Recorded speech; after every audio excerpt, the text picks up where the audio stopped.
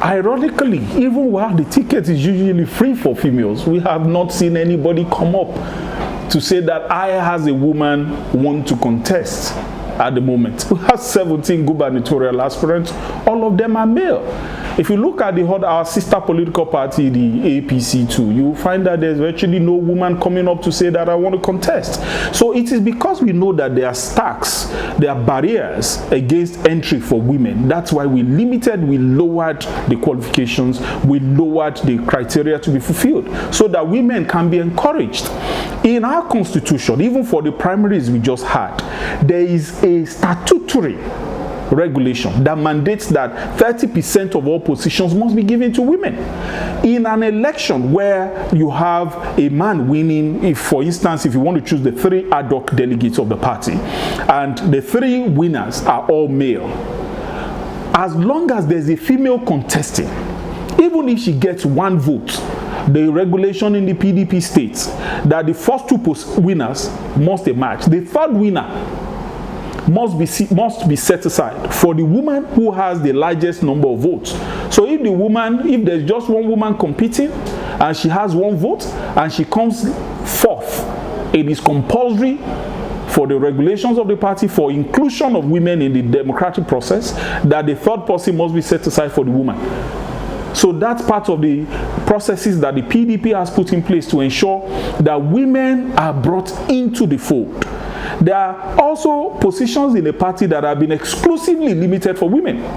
The woman leader, for instance, we can have a female state chairman if a female comes up to say that I want to contest, and she has the democratic support of larger number of party members, she will win. We don't exclude women. For us to have regulations in our party that mandates that there must be 30% affirmation for women, all positions shared in the PDP, there must be a woman. I can bring the constitution, I can even bring the regulations for these elections that we just held, the world elections, for you to see that it is clearly stated that a woman, for every 5 positions, 2 must be for women. For every 3 positions, 1 must be for a woman.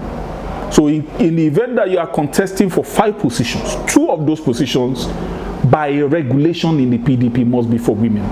And in cases where you are contesting for 3 positions, 1 of those positions must be for a woman, irrespective of whatever number of votes the contestants garner.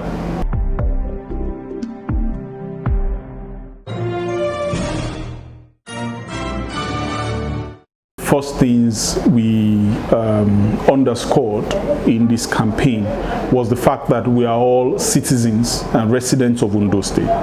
So in our engagement with the incumbent party, we have insisted that the best interests of the people of Ondo State must be placed above partisan political intentions that we may have. So at all points, we have only taken them up on issues of governance.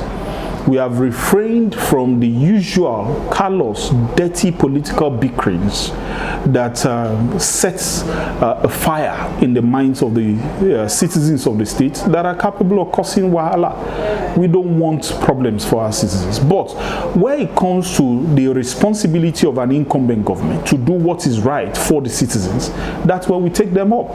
Let me give you an instance. The now infamous Ore bridge, which a lot of people have classified as a culvert.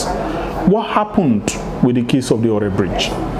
We decided when we were traveling to Lagos to critically look at the bridge, and we discovered then that the actual bridge was just less than 100 meters.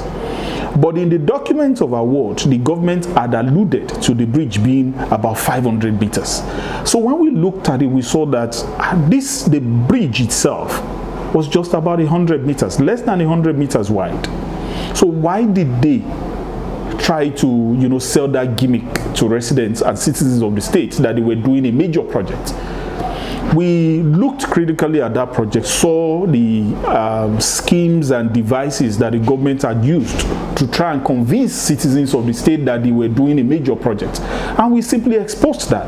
And citizens took them up. Citizens began to ask questions. Why? But Oga, you said this bridge is 5 point something billion naira. Why is it just this small section?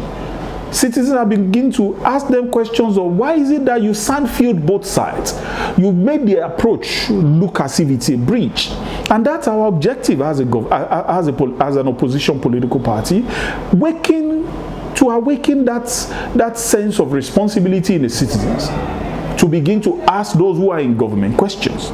Because we would expect that if we are in power, an opposition party would get the citizens to also ask us questions, because the primary responsibility of any government is to administer the commonwealth of the citizens of that region for the benefit of the citizens of that region. And so if it is being administered as it is presently, using the principles of nepotism, where you have the governor, you have the governor's wife, where you have the governor's son being in charge of the revenue of an entire state, where you have members, family members, friends of the governor's wife being given contracts in the state. Our job as an opposition party is not to go and engage them in fight. It is to, as citizens, as co-citizens with other citizens of Ondo State, ask these people questions. We take them up, we question them for the benefit of the people. So, and we have been winning this battle, because right now the credibility level of the APC government has dropped drastically. Because now citizens are no longer being bamboozled. You can't tell citizens that you've done something without them asking you out at what cost. Because if you do a 100-meter bridge, we see bridges. We were traveling to Lagos and we saw the bridge in Ijebu. It's a massive full concrete bridge. We saw the ones in Abeokuta. We saw the ones in Lagos constructed. And then we saw the one in the first one built by a state government, the first major bridge across that intersection built by a state government, and it was a shameful thing. And so we said, how can you justify this small culvert, this gather, for 5 billion? 5 billion is 5,000 million. We looked at it, we did cost analysis of the project, and we discovered that this entire project should not have cost Ondo State more than $1.5 billion. But it was valued at 5 billion, and money belonging to the citizens of Ondo State was given up. And that's what we intend to do. Keep questioning government on its activities. We are not going to incite. We don't want ethnic the divides. We don't want to incite along the parameters of religion, because they are needless. We don't want to do that, but we want to ensure that citizens of Ondo State are well informed as to their rights in their fatherland, and to take any government in power to take them up.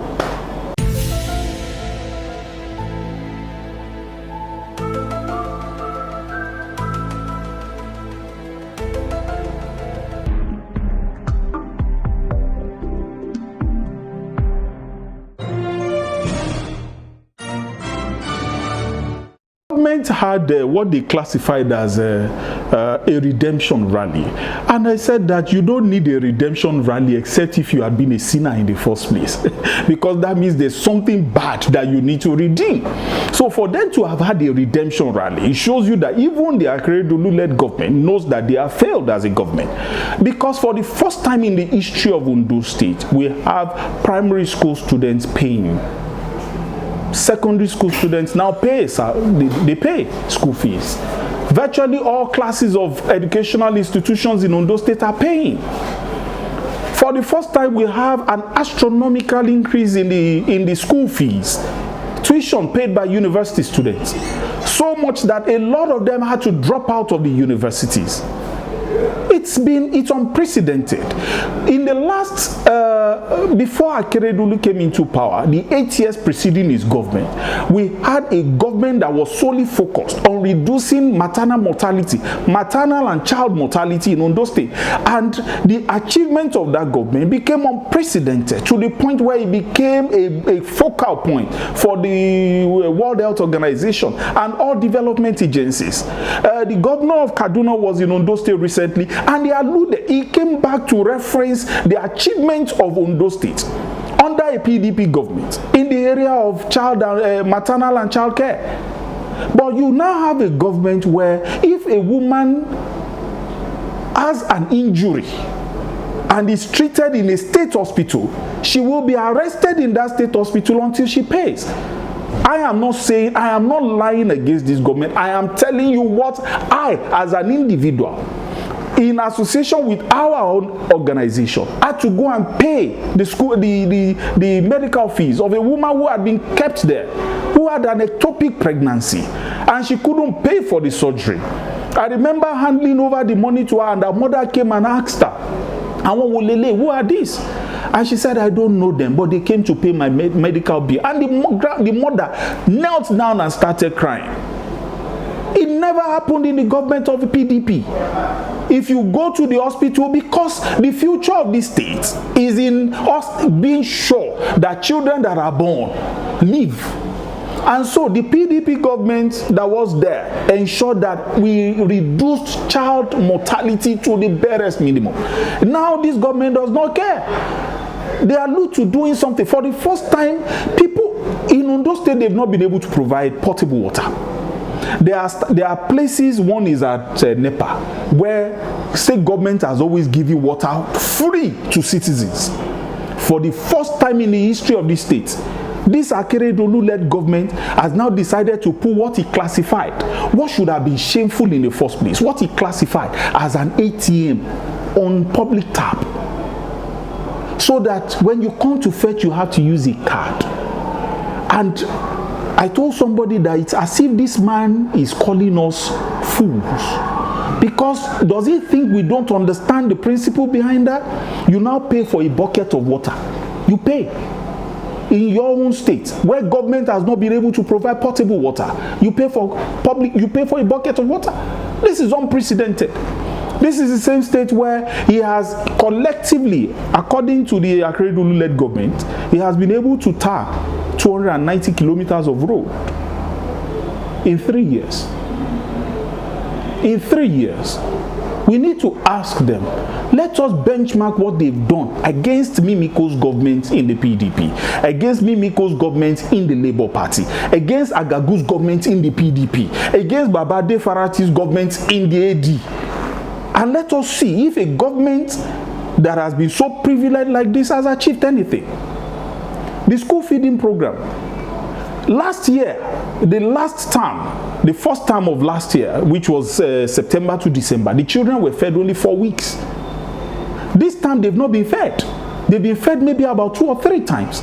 They keep failing in governance because they don't understand that the purpose of government is to ensure that the people that are led have access to the resources for them to be individually successful. This is a government that is just a charade. Recently, the governor was quoted as saying that he can make his son whatever he wants to make his son. That's nepotism. In government, he has continuously done that, being very myopic in insisting that only a section of people must be benefited from government. That's why his government is failing. That's why there's crisis in the APC. That's why you have a divided APC. Because the governor has insisted that the benefit of a co-owned government, a co-won election, must be for a small set of people. And it's not right. Morally, it's not right. In leadership, it's not right. You can't win an election and then domicile the benefit of that victory in just you, your wife, and your children, and a couple of hangers-on that are around you. So it becomes a key issue of misadministration or maladministration on their part, because they don't understand the purpose of the government that they've won. And that's why for the APC, beyond or outside of the efforts of rigging, they cannot win this election. And that's clear, because this is Ondo State. Outside of rigging, which we will prevent, they cannot win this election because they've lost the goodwill of the people. And we have ensured that the people keep asking them questions. Why are people dying in the hospitals? Where is the major project? He brought the president recently to launch, to commission the project he commissioned there in Ore. The president could not commission one federal project. One. Not even a gutter in Ondo State. And this president has been there for 5 years. This government now has been there for 3 years. And not one federal project could be commissioned in Ondo State. Not even a gutter. So it becomes a case of a government that has injured itself because it did not understand and will not understand the purpose for which it was elected.